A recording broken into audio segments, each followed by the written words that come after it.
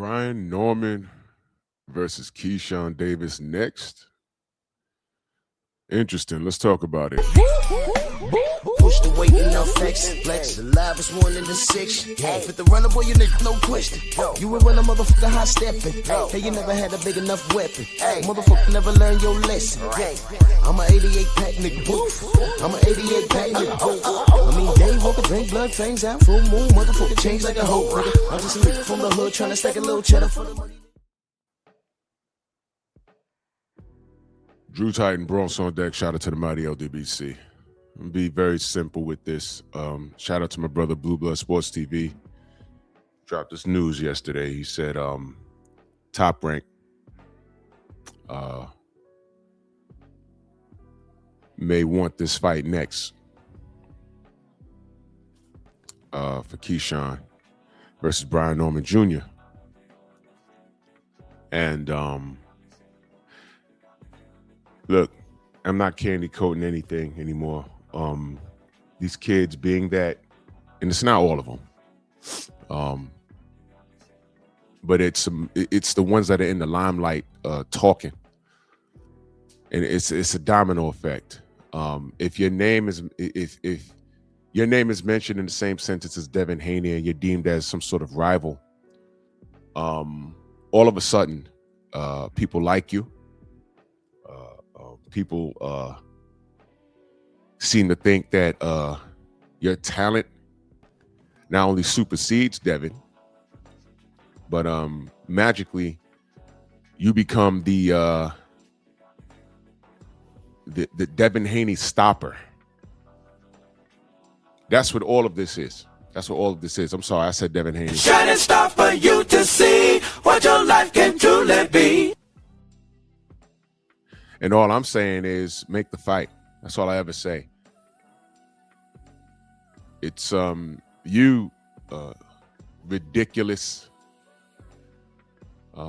stupid fanatics who have chosen a side for personal reasons. You know, there's a lot of personal reasons why you don't like Devin Haney. Whether you don't like his nose, you know, grown man talking about, hey, I don't like his nose, you know, or you don't like Bill because you lacked leadership by way of a father growing up. It's a list of things that I see in this boxing realm.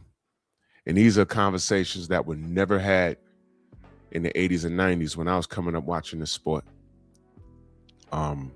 You know, so this is you know, this is what you kids are doing today, and you grown men who are close to my age or older than me, who are on that type of time. That's why I refer to you guys as grown adolescents. You never grew up, and you're equivalent to, and I say this all the time, you're equivalent to women or little girls who have a crush on their favorite R&B singer or rapper. And if you talk bad about their baby, they hate you. And that's what I equate you guys to, you grown men to. So Keyshawn is one of these people. All of a sudden, oh, he's next up. Oh, he's super talented. He's next up. All I ever said was show me. And the last straw for Keyshawn with me actually was how him and his girlfriend Shakur, you know, they say they're brothers, but I think they spell girlfriend wrong. You know, sleeping head to toe. I mean, Jesus Christ. Y'all are shucking and jiving and chuckling it up with Ryan Garcia on an Instagram call like nothing happened. When in reality, it's more about, you know, who it happened to, who Ryan did it to. It's not so much what he did, it's who he did it to. And there's a whole psychological thing with that. I'm going to discuss that on my live this morning, 9:30 a.m. Eastern Standard Time on Rumble. I'll be discussing this on Rumble in greater detail. There's a whole thing why I don't deal with Keyshawn. All right. Did I say he's not talented? No. Did I say Shakur's not talented? No. I just don't care, what they do in their career. Let me be very clear. If something crazy happens to them, and I know it's beyond their control, and it's just the business handling them, I'm a small channel. I'm not special teams prevent. I'm not coming to anyone's defense. They got it. I'm all good. But a brother like Brian Norman Jr., I'll stand in the pocket for him. He's not like these clowns. You understand? This guy. So I like this fight. Before you call me a hater, you Keyshawn Davis fans, you Inactive Squad fans come to here and you come to this channel and he's, oh, you hating on Keyshawn? Yeah, I am. I don't like the kid. He lied to my face. Just check my channel. He lied straight to my face. Straight to my face.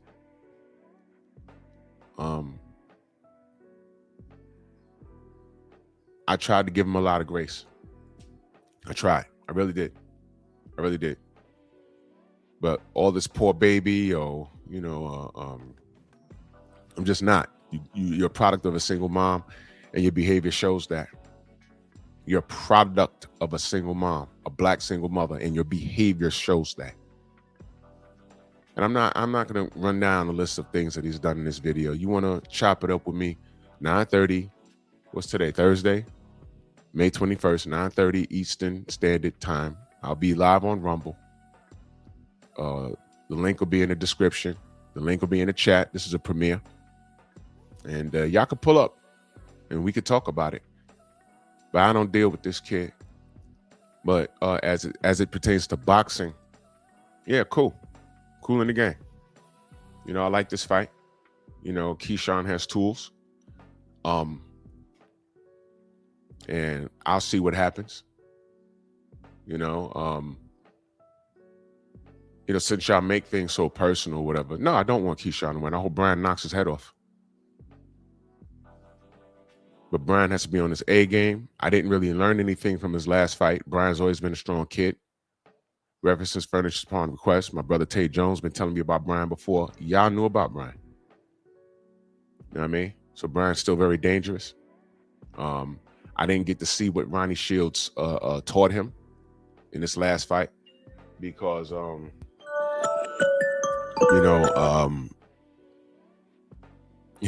dude quit.